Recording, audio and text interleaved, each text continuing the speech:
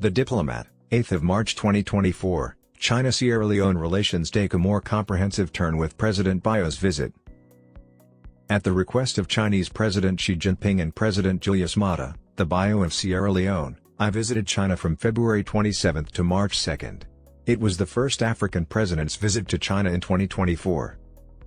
Previous studies demonstrate that improved commercial and investment ties between China and African governments are frequently associated with frequent, high-level trips to China. However, how precisely does this occur? And will this relationship hold, particularly in light of the global worries about the status of the Chinese economy? Examining Biau's visit last week offers some crucial hints. Diplomatic ties were established between China and Sierra Leone on July 29, 1971. The presidents of Sierra Leone visited China 6 times between 2009 and 2024, which is more than the norm for other African nations. Moreover, Beijing hosted David J. Francis, the foreign minister of Sierra Leone, just 10 months ago. China is undoubtedly Sierra Leone's top partner, as evidenced by the regularity of high-level visits from the nation. This is due to several factors. First, Sierra Leone's top export market is unquestionably China. China purchased items from Sierra Leone worth $341 million in 2021. Belgium was the second biggest export market for Sierra Leone, accounting for less than half of the total, $161 million. As a result, Sierra Leone is now among the few African nations having surplus trade with China. The General Administration of Customs, GAC, of China estimates that for every $1 that Sierra Leone imported from China in 2023, it made $1.65 in export revenue. That said, China is also significant for Sierra Leone because it is the country's leading supplier of raw resources, including titanium, iron, aluminum ores, timber, and diamonds. Additionally, China is the largest source of foreign direct investment, FDI, in Sierra Leone. For example, China invested $106 million in the nation in 2021, the United States invested $1 million, and the United Kingdom invested $66 million. Like other investors, Chinese investment in Sierra Leone has primarily centered on iron ore processing and diverse mineral mining. Third, from Sierra Leone's perspective, China's lending for infrastructure development and assistance for other sectors like livelihoods, healthcare, education, and agriculture has been a crucial area of cooperation. For instance, the only contemporary expressway in Sierra Leone is the China-Sierra Leone Friendship Highway, essential for tying Freetown, the country's capital, to other significant cities. That being said, there have been difficulties with this third priority. For example, in 2018, the newly elected administration, still in office today, decided against moving forward with a new airport project because of worries expressed by the IMF and World Bank regarding Sierra Leone's debt sustainability levels. However, new projects have since been revealed that would use Chinese corporations and money. One such project is the construction of a new bridge to the current airport, for which an MO was recently inked in late 2023 and is anticipated to be finished by 2027. Lastly, Sierra Leone has served as its chair since the African Union established the Committee of 10, C10, on UNSC reform in 2005. As one of the 5 permanent members of the UN Security Council, China is required to routinely meet with Sierra Leone on behalf of the continent to reinforce China's backing for the African Union's stance on UN reform. What about Sierra Leone's attraction to China? China and Sierra Leone signed a Comprehensive Strategic Cooperative Partnership, CSCP, in December 2016, just over 7 years ago. Just 14 African nations, the others being the Republic of Congo, Democratic Republic of the Congo, Ethiopia, Gabon, Guinea, Mozambique, Kenya, Namibia, Senegal, South Africa, Tanzania, Zambia, and Zimbabwe, have CSCP status, which is regarded as the highest level of bilateral relations for China.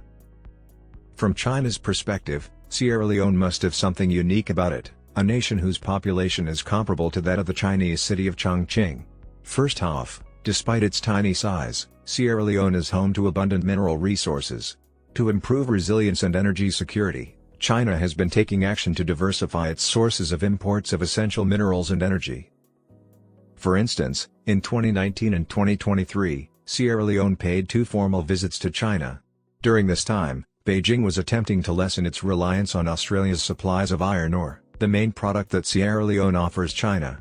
Following a mutual agreement on commercial and technical cooperation during the 2019 visit, Sierra Leone's exports to China increased significantly, rising from $179 million in 2019 to $762 million in 2022. Second, if Sierra Leone's values influence China's stance on global governance, its interest also lies elsewhere. Due to Sierra Leone's leadership in the AU on UNSC reform, it is imperative to interact with China to comprehend African viewpoints and express Chinese stances and opinions. Aside from these shared historical interests, the biggest concern is still the future of the bilateral relationship and how this would affect other African nations. This time, the primary distinction was BIO's strong emphasis on investment diversification.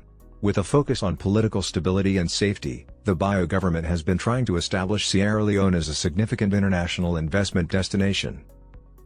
Significant changes have been implemented to enhance the business climate in Sierra Leone, such as expedited firm registration processes and one-stop services for prospective investors at the National Investment Board. As a component of these initiatives, we attended an investment forum that BIO presided over while he was in China.